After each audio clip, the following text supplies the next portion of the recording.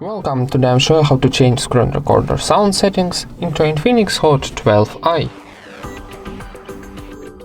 First of all, open your top navigation bar and find here screen record button. If you don't have this button here, tap to pencil on the top. Oh, sorry, not this. One more time. If you don't have this button here, tap pencil. And then scroll down, find screen record button in this block. And then press and hold like this and drag to top for add. Now we add this button here and now click back for save.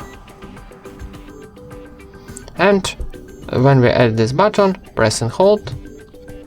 And here we got sound option, first option in the list, so tap it. Here we can change, for example, silent screen recording or voiced screen recording. If you wanna record your screen with voice, select this option and tap sure, and it's saved. And that's it. Thank you for watching, leave thumbs up and subscribe to our channel.